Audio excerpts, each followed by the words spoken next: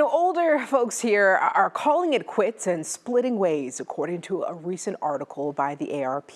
They found in multiple studies that 25% or more of divorced couples were 65 or older. It's called gray divorce. It's on the rise. And as a result, millions are making the adjustment to living alone, being single, and dealing with financial decisions solo as well. Here to explain more about gray divorce and how older Americans can manage their money well as singles is President and CEO Cathy DeWitt Dunn from Dewitt Dunn Financial Services. Glad to have you here, Cathy. Good morning. All right, let's talk about this. Gray divorce. This is a term that I didn't hear about until this morning.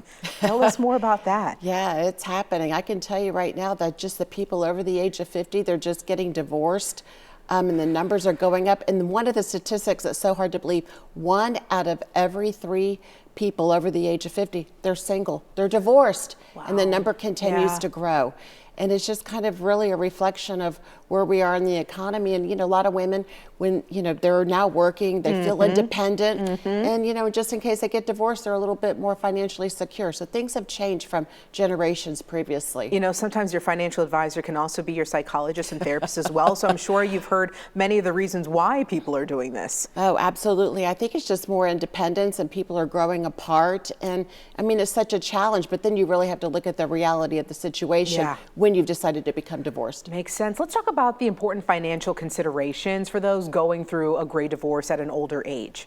Yeah, I think one of the big things that we have to take a look at is the estate part of the transaction as well as the debt. So we need to take a look at how much debt we have, what are our assets, our liabilities. We need to update our wills, our medical power of attorneys, our direct advances, and as well as we need to change our beneficiaries. So those are some of the things that we need to take a look at. And key things to take a look at and be proactive about that as well.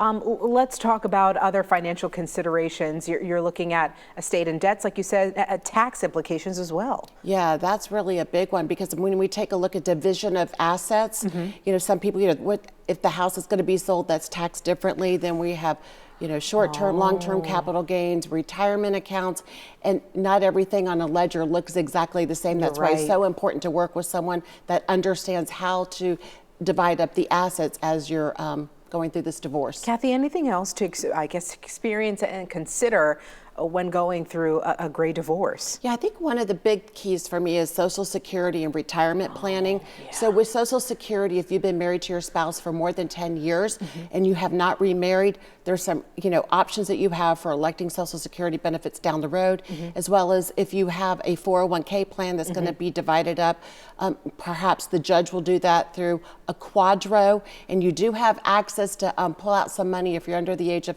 59 and a half without the penalty.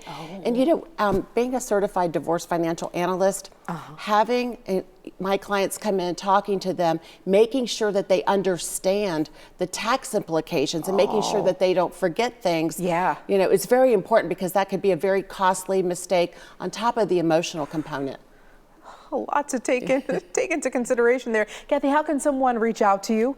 Yeah, absolutely. You can go onto our website at dewittanddunn.com and send us a live chat message, or you could just send us an email message. But the biggest thing is make sure that you have the next plan, make sure you have some retirement savings there, and maybe evaluate your investment decisions after your divorce because things have changed. Yeah, thank you so much for walking us through that.